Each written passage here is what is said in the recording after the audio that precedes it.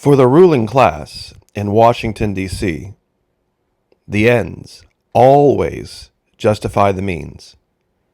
It doesn't matter what they have to do to stay in power, they will do it. This is why I have counseled for so long that good, decent, Constitution-honoring people need to get out of the northern states. They need to come to the South. I know that seems like it's overly simplistic, but in today's video, I'm going to share a couple of pieces of information I don't think many of you have seen. One is an article that does a fantastic job of illustrating how DC operates, and another is going to be an analogy that I've made before, but I'm going to elaborate on it. And I'm sure many of you know that Washington, D.C. is trying to make itself a state. Now, it's wildly unconstitutional, number one. That's a whole nother video in itself. But number two, the reason they're trying to do it is to get Senate representation. Because they know what's coming. You would think, why would it be a priority? I mean, it's a 50-50, and they've got the vice president to break the tie votes. They know what's coming. They know what's coming in 2022, and they really know what's coming in 2024. See, every 10 years, we reapportion the Electoral College to reflect the population. And with the events of 2020, so many people have moved to the southern states and to conservative states that they are on the brink of losing power. And remember, the ends, meaning them retaining power, always justifies the means. A great story that illustrates this, and this was my first example, was here, and it actually was written by Tara Reid, believe it or not. It's an analogy of how Washington, D.C., not America, deals with the world. It's an analogy of a small conversation between two people in a relationship. America, D.C., being one of them, Russia being another, and China being a cameo appearance of a third. And I just wanted to read this for you real quick. Quote, "Come here," demands D.C., crooking a finger. "No, never mind, go away," D.C. says angrily. R, meaning Russia, leaves confused. "No, wait, come here," D.C. says again. "Oh my God, why did you do that?" D.C. is now yelling. "Do what?" Russia asks, alarmed. "Oh, you know very well," D.C. responds. Russia steps back defensively, folds arms. "Russia, come on now, we have to talk," D.C. pleads tearfully. Russia shakes head, steps tentatively towards D.C. "Never mind, go away, and you get no more of anything," D.C. says petulantly. Russia, confused, ignores D.C. and looks over at China. Russia and China walk off into the sunset. D.C. stomps foot angrily and yells threats at both of them unless they return. Now you could put Russia, China, Venezuela, many others into this scenario, and it works. There's a distinction, though, between D.C. and the people of America. And that's why they love to use this whenever you criticize D.C. You're really criticizing America, in which you're not. There's a ruling class, and then there's the rest of us. Now, I'll leave you in the first pinned comment a link to this article, 6 questions about D.C. statehood you were too disenfranchised to ask. This is an article from way back in November of 2016.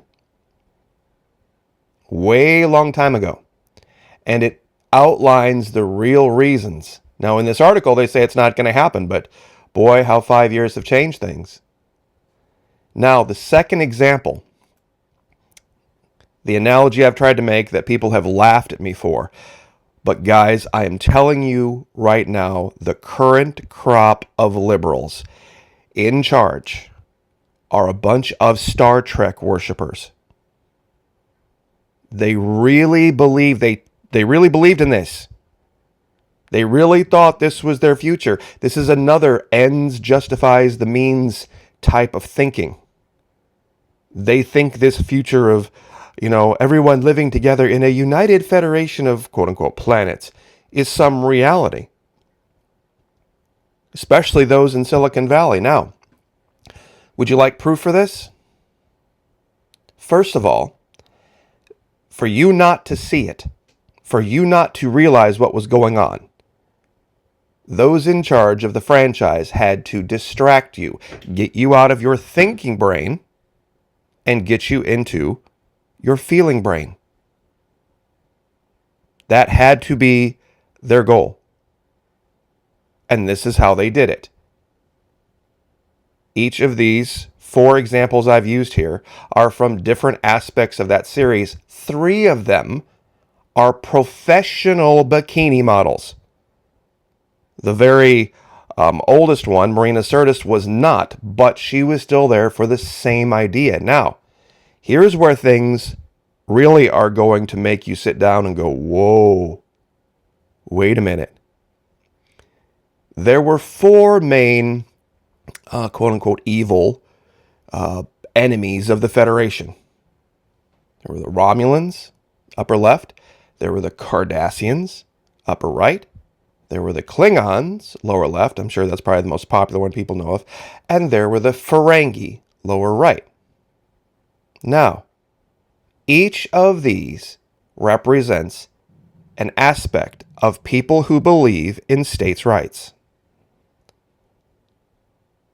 The Romulans, their primary trait was that they wanted the right of free association.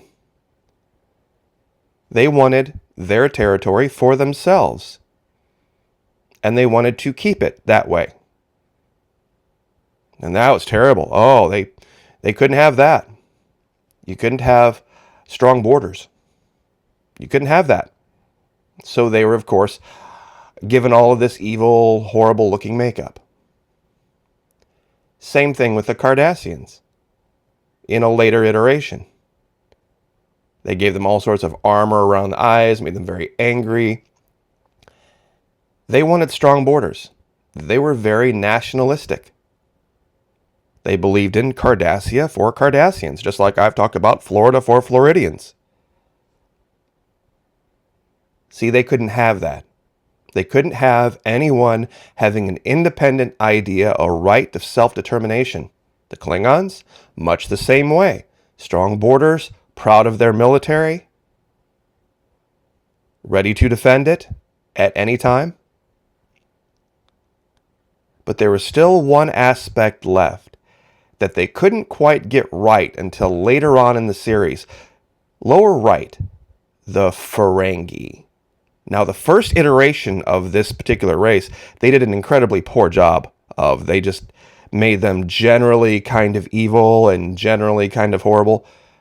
Later on in Deep Space Nine, the third iteration, they outlined the Ferengi as this money-centric society.